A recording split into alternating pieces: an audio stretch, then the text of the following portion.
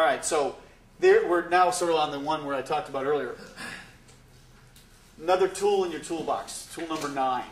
Operating with a genuine curiosity for the people you're interacting with, whether it's socially at home or on the side, around the rink, or wherever the dance, your daughter's dance, whatever it is. You're operating and you have an insatiable curiosity. I would say Rainmakers tend to exhibit loads of this. Here's the thing. Can you speak the language of a C-level executive fluently? Or entrepreneurs, if you do a lot of work with them. Can you do that? If not, I got really good news. You don't have to go calling on people you don't know. Go to your friends who happen to fit this criteria. They are CEOs or C-level executives. And have more business conversation with them. I would say a typical Rainmaker will be much more likely, whether they're in social settings or business settings, to have a lot more business conversation.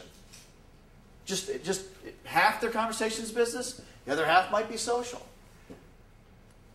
And I started to say, women are great listeners, they're great at relationships, they are not so good, so the rest of this is business, they're not so good at having lots of business conversation.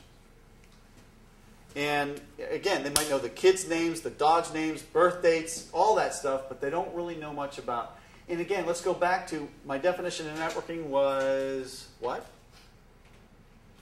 Putting people together for the mutual benefit. So if I'm a friend of yours or a neighbor of yours and I've known you for 20 years and I have no clue who I can put you together with in a business setting that would be beneficial to you, I can't be as good a friend to you. I would argue it deepens the relationship for you to take the time to operate with this genuine level of curiosity. So what does your typical day look like? It could be a question you might ask of a friend, but you have to be genuinely interested in their answer. Otherwise, don't ask it. Yes, sir? The P&L, yep. How do you deal with, a lot of these entrepreneurs are just ultra private. They don't want, it's a tough area. When you cross that line and start asking, I just find it very tricky to, yes. even just sales or size of company, and you can tell they're being very elusive. Some will open up right away, but more about what they do. Yeah. I mean, what I would do is just habitually ask a lot, and when people say, look, I'm not going to give you that information, if they say it literally or figuratively, you don't press. But it doesn't mean you can't still ask about their P&L in this way. How do you make money? I know you're in X business, but how do you really make money? Just explain it to me. I don't need your specific numbers, and the more you show that, see, that's genuine curiosity. And you do that with 30 CEOs, the cumulative impact of that, I got news for you, this gets really easy. This process becomes very, very easy if you are doing that consistently with C-level executives all the time. And you haven't forced them into telling you what their numbers are. The other ones are like, where's your growth coming from? Where's your growth coming from? They always want to talk about Yeah, what's the greatest threat? Where do you see your growth 5 years from now? I mean, there's a lot of different ways to ask the question. Can we be your auditor? Yeah. Can we be your auditor? Something subtle. Something subtle, like I just suggested. Yeah, no, again, I think, showing curiosity about the P&L, the balance sheet, how they interact, how they interrelate.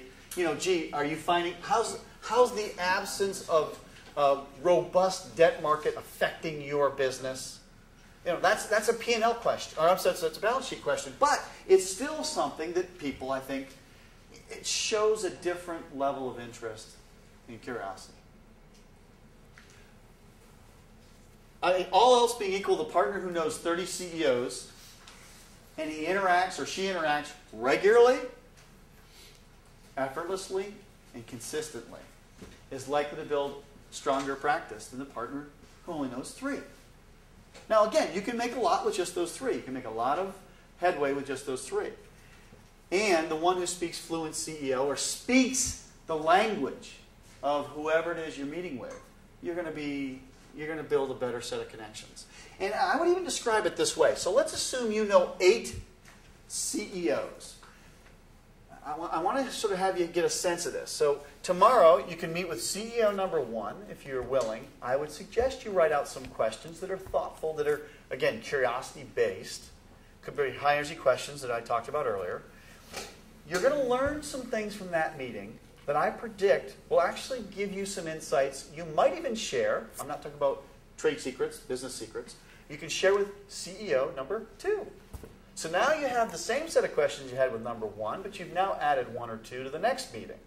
You do the same thing with number 3, 4, 5, 6, 7, and 8. So you're literally educating yourself, and you're becoming way more sophisticated in that sequence of 8 meetings with those CEOs. You go back to number 1, you're not the same guy anymore, or gal, because all of a sudden you've got insights because you're allowing the curiosity to sort of drive the conversation in the meeting. And you're way more sophisticated when you go back to number 1 than you were. Versus what most people do, you know, they kind of wing it with 1 and 2 and 3 and 4 and 5 and 6 and 7 and 8. And they don't really learn a whole lot. So they go back to 1. And when the guy says, I don't have time for you, you go, well, gee, how do I get access to these people? Well, I just laid it out for you. It's one way to do it. It's not the way. It's one way. Does that make sense? Yeah. And if you do it, again, when people actually see the impact it has, the cumulative value of it is hard to describe in words. You have to have the experience. It's telling you about scuba diving versus going scuba diving.